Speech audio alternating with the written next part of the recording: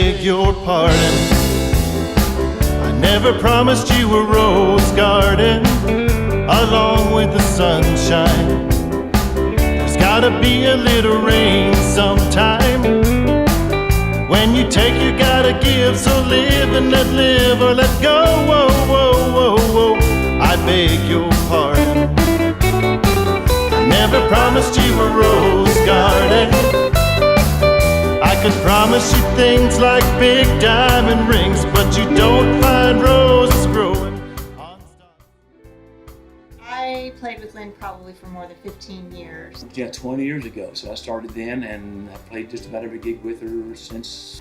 Well, I moved into Nashville from Memphis around 1972, and wasn't too long after that, year and a half or so, old friend of mine, Steve Gibson, who was playing guitar with Lynn at the time, he got me on her band, and off we went, doing about 90 dates a year. A little bit over 4 years. So they all did like 20 something. So I was the baby. It was great.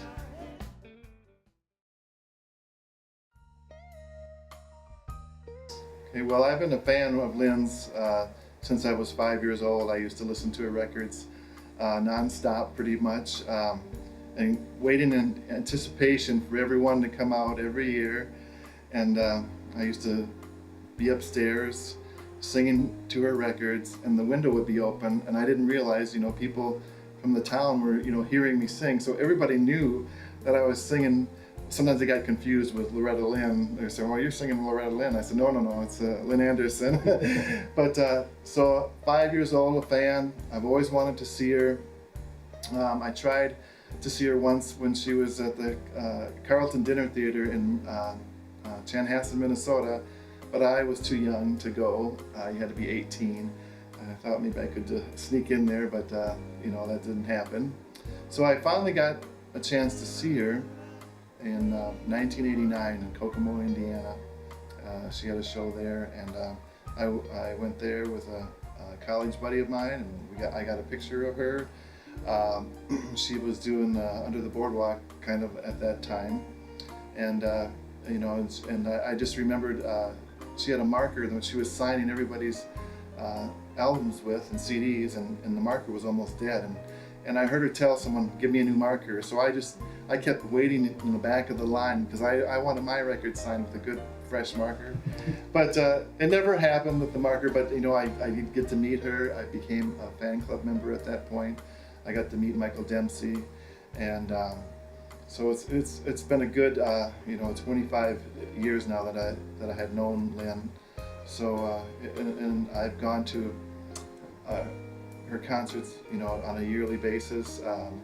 Whenever she was like within a 9-hour radius of me. She did play a lot of shows in Minnesota, North Dakota, South Dakota, Iowa, and Wisconsin. So that was really, really good. It's the entertainment industry. Lynn was always entertaining, and the dates were always fun.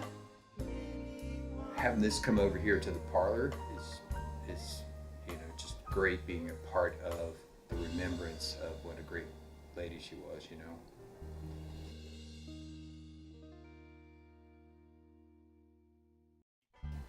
I just gotta say, I'm really proud to be wearing Lynn's hat. It just makes me feel so special. And I played with Lynn probably for more than 15 years on the road. I played steel and banjo with her, and she taught me a lot. She was an amazing mentor, and I loved her, and we just had a lot of good times on the road.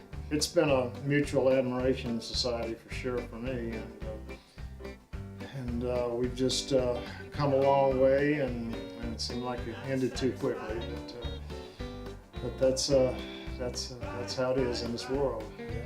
But we had quite a relationship, and she was just a fine lady, very talented lady, and I just miss her like crazy. Yeah. She was a total entertainer. I mean, just from the era of Welk, and meaning Lawrence Welk and Bob Hope and that kind of stuff, which you don't see much of that anymore. You don't really see any, and she did all that. But it would get funny. It would definitely get funny sometimes, in a good way, you know. Lynn and I have worked together for a few years, so I certainly don't have the experience with her like these guys have.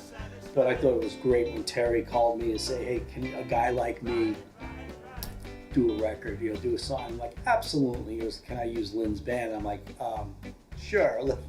Let me call Robin and ask." And you know, because Robin had introduced me to Lynn Anderson in 2013, I believe, or late 12, something in that area.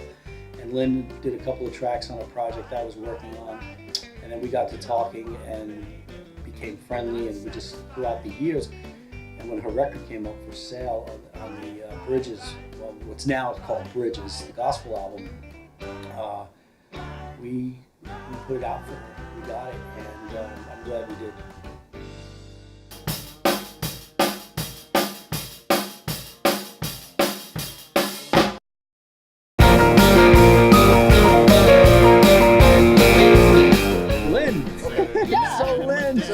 In addition to what you just So this is Lynn Anderson's hat. Robin's wearing. Are we on video or still? Video. Oh, hi. This is Robin Ruddy, pedal steel player. Craig Bradwin. Hey. Hey. Having a good day here today. We're having a great day here. Lynn is here with us, isn't she? She is definitely here with Yeah. us. Yep. And everybody starts moving to the sound of the guitar's drums. Everybody starts grooving to the beat of the rhythm.